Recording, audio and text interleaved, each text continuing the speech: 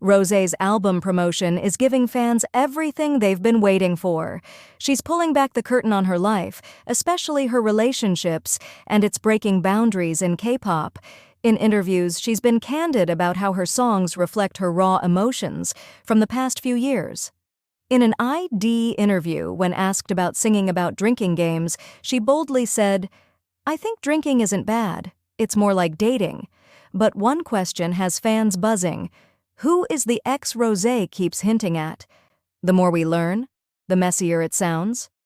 Rosé even shared a heart-wrenching lyric from her album. I can forgive you for a lot of things, for not giving me back my Tiffany rings, but I'll never forgive you for one thing, my dear. You wasted my prettiest years.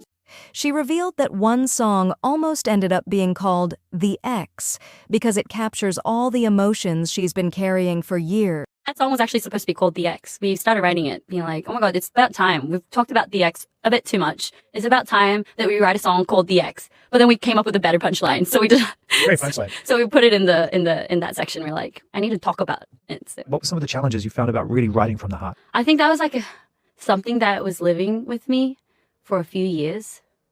I personally don't think I deserved it, but it was there. Like, I'm actually shocked that today I can wake up and be like, I don't talk about that anymore, because I'm grateful that I got to do this album because I used to talk about it so much. So when you ask if it was hard, it was very easy for me to talk about it because it was something I was talking about all the time. All the time, yeah. So just transfer into song mode. Yeah, and I'd go and be like, what do you want?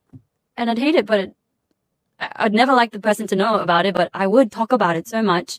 Do not want to give credit to the person, but I talk about it, and it's just the easiest. It was the easiest because I needed to get it off my chest.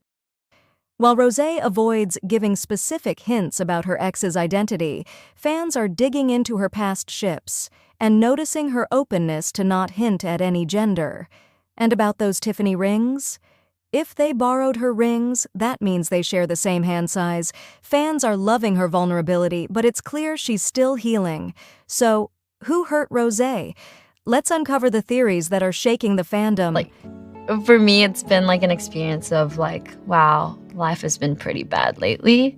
It's always been the best sessions. Because I ended up walking out with a song where I've left all that there and walked out with a great song.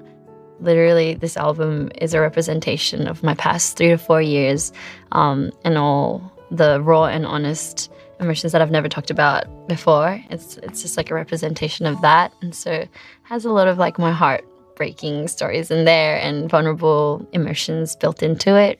What do you think? Could it be someone we've seen her linked with before? Or is this a story we'll never fully know? Drop your thoughts in the comments below.